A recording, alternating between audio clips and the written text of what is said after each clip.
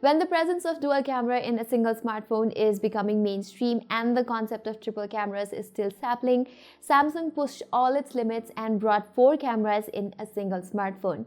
Yes, you heard it right, 4 cameras in one smartphone, that too at the back. Yes, I am talking about the Samsung Galaxy A9 2018 that features a total of 5 cameras. Now, with so many cameras, this phone certainly does something interesting, but how does this smartphone fare in real-life usage? I will be answering that question in this review. Since the cameras are the major highlight of this phone, let's start off with the cameras itself. As I mentioned earlier, the Samsung Galaxy A9 2018 features a quad camera setup at the back. Accompanying the primary shooter, there are 3 additional lenses, each one doing a unique task. So let me explain each one of them. The topmost camera among the 4 is an ultra-wide-angle lens. The camera lens is an 8-megapixel sensor with focal 2.4 aperture. It basically extends the field of view up to 120 degrees, just as wide as the pair of human eyes can see. The second camera on the Galaxy A9 is the telephoto lens. Paired with a 10-megapixel sensor and focal 2.4 aperture, this camera promises to capture images with 2x zooming without any loss in the image quality. The primary shooter lies on the third from the top. It is equipped with a 24-megapixel sensor and a wide focal 1.7 aperture. The major purpose of the wide aperture is to let in a plenty of light into the sensor, which helps capture amazing images even in low light settings. The last one is a 5-megapixel depth sensor with focal 2.2 aperture. Now you all know what a depth sensor does, highlighting the subject and blurring the background to give portrait images with bokeh effects. Yes, the phone has all sorts of lenses and I had all sorts of expectations with this device, but when I took pictures, I was thoroughly disappointed. The primary camera, despite being rich on the megapixel count with a 24-megapixel resolution, could not quite pack sufficient details into the images. It wasn't the case all the time, but I also had problems while focusing on the subject. And that's not all, some of the captured images even had inaccurate colors. In low-light settings, things get even worse. The already not-so-sharp images lose details further with noise and whatnot. And some of the images were absolutely useless. Disappointed with the primary camera, I toggled to the ultra-wide angle setting and it did not fare any better as well. It too lacked the punch when it comes to details. I also noticed a slight change in color temperature in the images from the primary camera and the ultra-wide camera. The captured images also seem to have a fisheye effect with a slight visual distortion near the edges, due to which the images look quite slightly hemispherical. With these disappointments, I was still expecting positive results from the telephoto camera. But adding insult to the injury, the telephoto camera dejected me further. Although Samsung claims it can shoot with lossless zooming, the captured photos said otherwise. You can see it for yourself from these samples. And lastly, I toggled to the live focus option to turn on the depth sensing camera. I took lots of portrait images during my 1 month of use. And just look at these portraits, you can see for yourself, observe the jittery edge detection and unnatural blurs. Yes, it has the option to select the focus area and blur the intensity. It was still hard to obtain a decent portrait image most of the times. The rear cameras on this phone failed to provide decent results, so the quad camera setup appears to me like a gimmick and a stunt that they failed to perform. Also, we have seen Samsung make compromises on other aspects of the smartphone, but never on the camera front. So I thought to reach out to Samsung thinking that this might be a faulty review unit, but promptly I was told that all the review units that everyone got were betas and not the retail units. I was told that the retail units that would go to the customers will have polished software and won't have such kind of issues. However, during my review time, this phone was not available for sale to the customers, so I could not check the differences.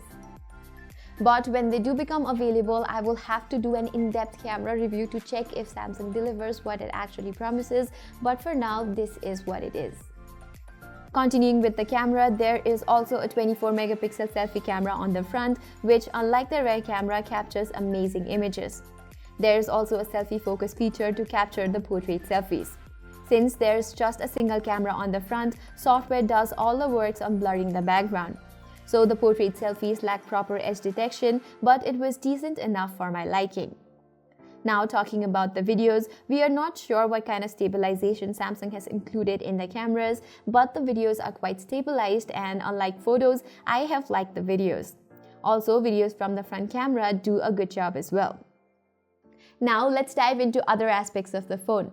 When it comes to design, the Samsung Galaxy A9 looks absolutely stunning. It comes with a tall and sleek body wrapped in a plastic bag and reinforced with a metallic frame. The plastic body on a premium mid-ranger surely does not sound appealing, but it is also very cleverly crafted that gives it a feel of a glass bag. And while holding the phone during my usage, it offered me a premium impression. All the buttons are on the right, at least all the important ones anyway. The dedicated Bixby button is on the left, which I don't use it much, and I can't think of anyone who does either. But the sad part is, it can neither be turned off nor be remapped. So you have to learn to live with that. At the back, the fingerprint sensor is at a good location, just where my finger rests while holding a smartphone. So unlocking the device wasn't a problem for me at all. On the display front, the Galaxy A9 comes with a 6.3-inch Full HD Plus display featuring a Super AMOLED panel. With a Super AMOLED panel at disposal, the content looks lively with appreciable contrast ratio.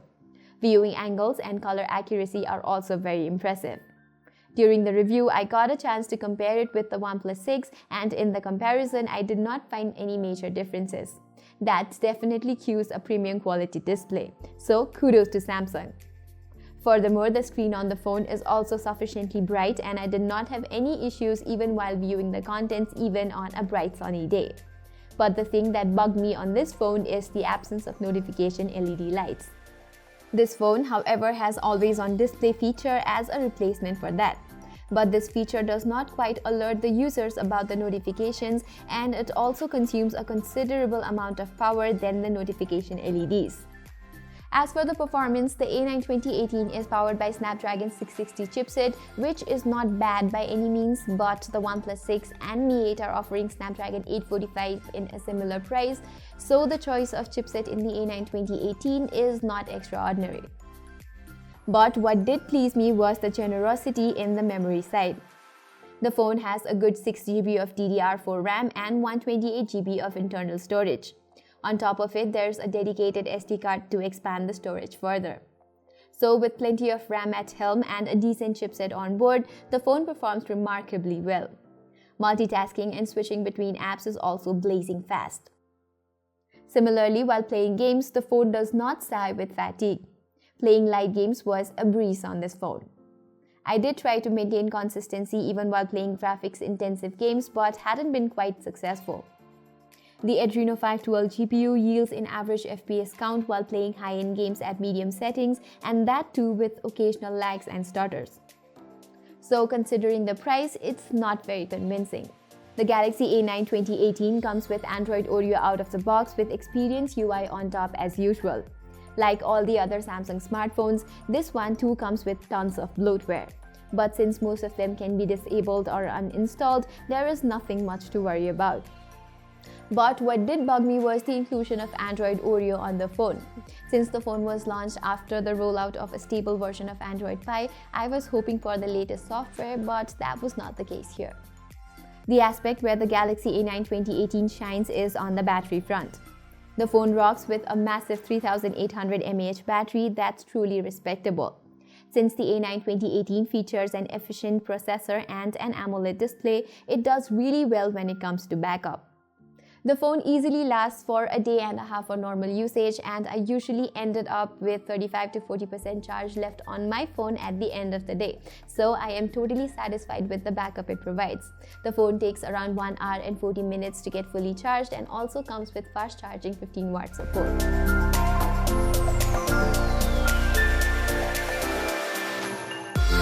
So to sum it up, the A9 2018 has got a fancy design, decent chipset, remarkable display, and a respectable battery life. However, the camera performance is just subpar for the price, and even if the camera performance improves with a software update like Samsung promises, the phone still does not make sense at this price range. At a similar price, you can get the OnePlus 6 and OnePlus 6T with a better performance in every aspect than the A9 2018. So that is all for the review of the A9 2018. Tell us what you think about the device in the comment section below. Till then, I am Pratima Adhikari and thank you for watching.